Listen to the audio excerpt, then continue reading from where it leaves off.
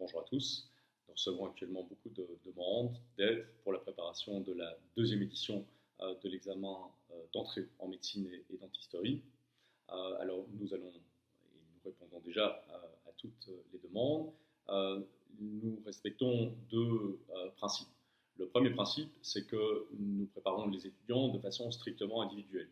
Nous considérons que pour un examen où il y a 7% de réussite, des préparations collectives qui consistent à mettre 10 étudiants dans la même pièce pour leur donner des cours généraux de maths ou de chimie ne sont pas à la hauteur de l'enjeu, ne sont pas efficaces. Et en fait, au-delà d'un certain point, ne sont tout simplement pas sérieuses. Donc nous préparons les étudiants, mais de manière strictement individuelle. Ce que ça veut dire, c'est que nous partons de leurs difficultés, par exemple en maths, pour combler leurs carences théoriques, et ensuite les driller, comme on dit en franglais, pour effectivement les mener à la réussite de cette partie de l'examen d'entrée en médecine et dentisterie du 27 août prochain. Donc nous respectons à la lettre ce principe parce qu'il nous paraît véritablement d'une importance qu'on pourrait qualifier d'épistémologique, fondamentale. La deuxième chose, c'est que nous ne pourrons pas accepter tous les étudiants. C'est-à-dire que nous considérons que lorsqu'un étudiant a raté plus de la moitié des épreuves, il y en a 8 de l'examen d'entrée, le temps qui nous est imparti ne nous permet pas de préparer efficacement, avec une probabilité de réussite sérieuse, l'étudiant donc à la deuxième édition de l'examen. Nous avons des ressources humaines qui sont limitées, nous travaillons uniquement avec des gens qui sont diplômés.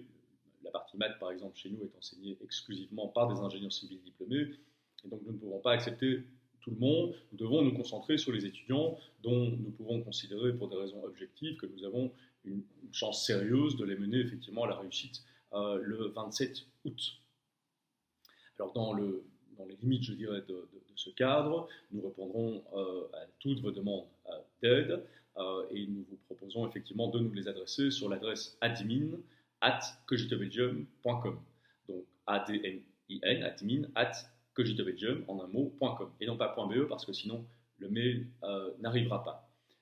Merci d'indiquer votre numéro de téléphone, peut-être un bref descriptif de la situation de l'étudiant ou une copie de sa feuille de résultat. Les deux sont parfaitement éclairants, je dirais, et nous vous recontacterons dans les 24 heures de la réception de votre message.